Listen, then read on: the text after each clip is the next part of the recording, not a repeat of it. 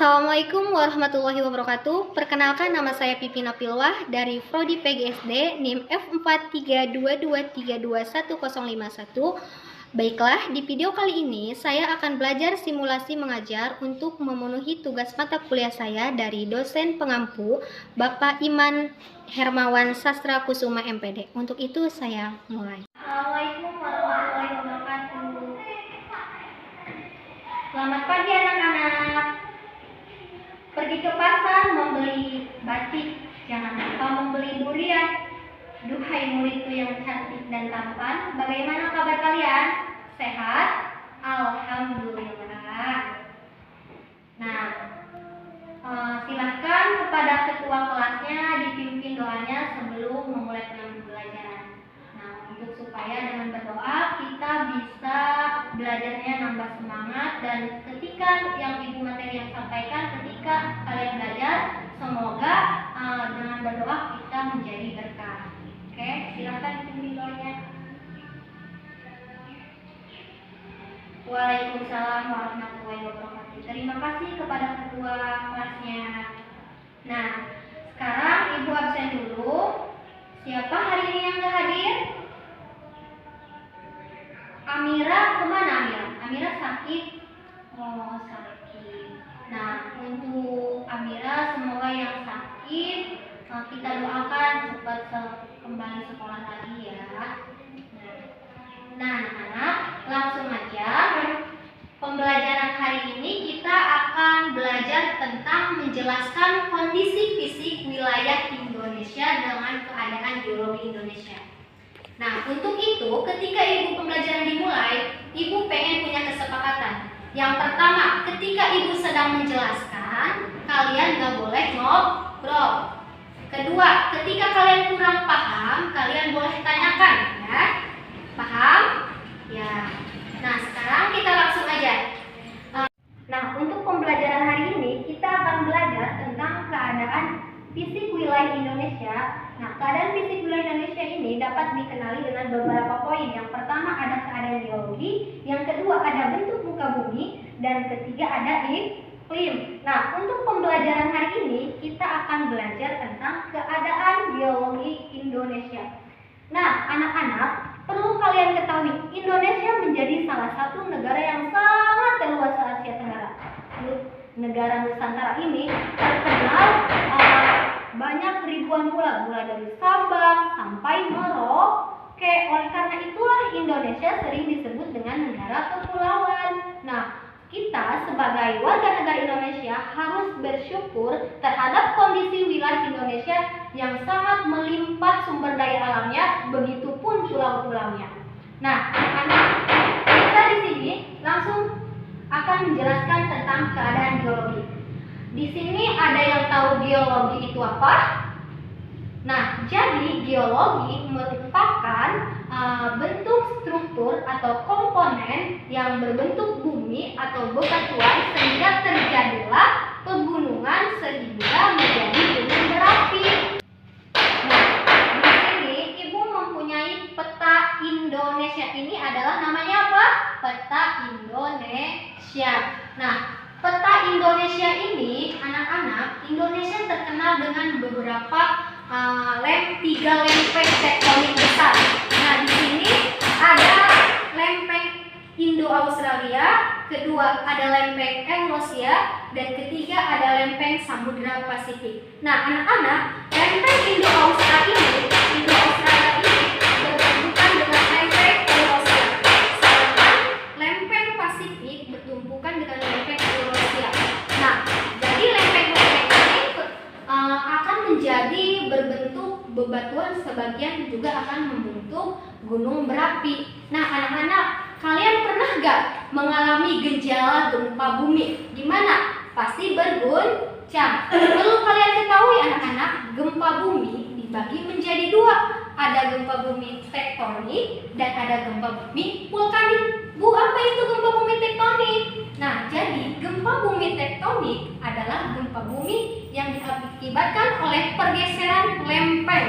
Itu yang disebut dengan gempa bumi tektonik. Apa itu gempa bumi vulkanik, Bu? Nah, jadi Gempa bumi vulkanik adalah gempa yang disebabkan oleh aktivitas gunung di dalam gunung berapi. Nah, terjadinya gempa bumi disebabkan oleh bencana alam. Nah, bencana alam seperti apa, Bu? Yang pertama, bisa gempa bumi tadi. Yang kedua, bisa longsor, banjir, begitupun tsunami. Tsunami disebabkan oleh apa, Bu? Tsunami disebabkan oleh gerakan di dalam dasar laut sehingga terjadilah gelombang. Anak-anak, perlu kalian ketahui juga, Indonesia juga rawan terhadap letusan gunung berapi. Ada yang tahu terjadinya peristiwa letusan gunung berapi itu bagaimana terjadinya? Nah, jadi anak-anak, terjadinya peristiwa letusan gunung berapi itu disebabkan oleh endapan magma yang didorong oleh gas sehingga berkekuatan tekanan tinggi, terjadilah peristiwa gunung berapi. Nah, kalau kalian ingin pergi bertamasya ke sebuah pegunungan, kalian boleh saja, tetapi kalian harus tahu ciri-ciri gunung yang aktif dan gunung yang tidak aktif. Apa, Bu, itu ciri-ciri gunung yang tidak aktif? Ciri-ciri gunung yang tidak aktif. Nah, di sini Ibu ada sebuah gambar. Sudah jelas sekali ini adalah peristiwa apa? Peristiwa letusan gunung berapi. Ciri-cirinya yang pertama, dia mengeluarkan abu vulkanisme. Ini nih yang berbentuk awan ini mengeluarkan abu vulkanisme. Yang kedua, dia mengeluarkan debu, larva, dan gunungnya juga berbentuk kerucut. Dan ketiga, terdapat sumber daya alam yang sangat panas. Kalau kalian sudah tahu ketiga ciri tersebut, kalian tidak boleh mendatangkan pegunungan itu karena itu sangat berbahaya sekali. Paham sampai sini, Bu, ciri-ciri gunung yang tidak aktif?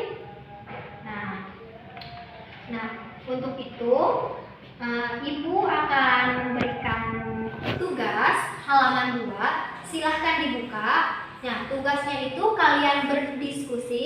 Ibu akan membagi kelompok. Setiap kelompok terdiri dari 4 orang atau 3 orang ya. Nah, tugas kalian di situ, di sana tadi Ibu sudah menjelaskan tentang keadaan geologi Indonesia dan beserta letusan gunung berapi, gempa bumi. Nah, sekarang kalian buka buku tersebut. Nah, tugasnya itu membuat pertanyaan sebanyak mungkin ya. Ibu kasih 2 menit.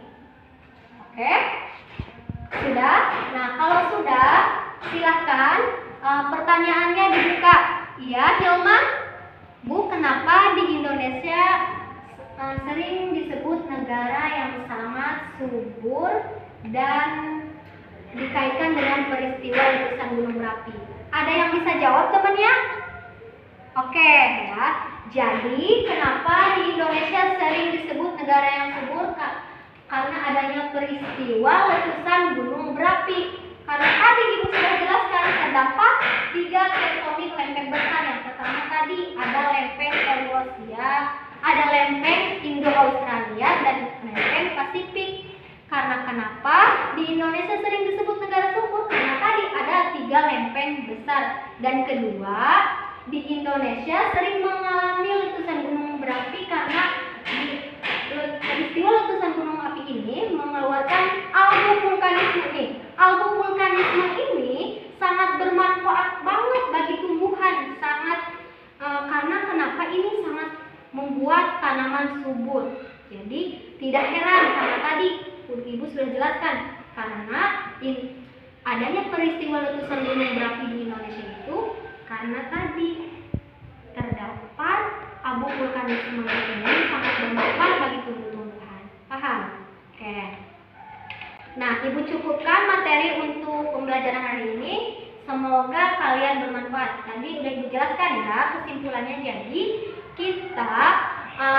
peristiwa yang terjadi itu merupakan keseimbangan alam. Jadi tidak heran juga kalau Indonesia sering terjadi letusan gunung berapi. Karena kenapa tadi? Karena ada tiga lempeng tektonik besar. Yang pertama ada lempeng Indo-Australia, Eurasia, dan Pasifik. Sedangkan Indonesia terbagi menjadi beberapa gempa bumi. Ada dua gempa bumi. Yang pertama ada gempa bumi tektonik, dan kedua ada gempa bumi vulkanik. Nah, itu paham ya. Sekarang Ibu tutupkan pembelajaran hari ini. Nah, untuk minggu depan kita akan membahas tentang bentuk muka bumi. Nah, untuk anak-anakku sekalian, nanti dibaca-baca bukunya. Ketika pembelajaran ini semuanya pada semangat.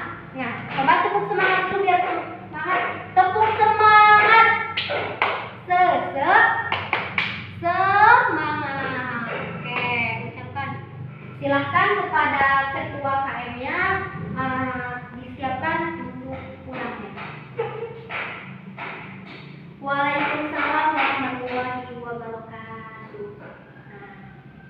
Makasih untuk ketua kelasnya, silahkan. Hati-hati ya di dalam pulangnya.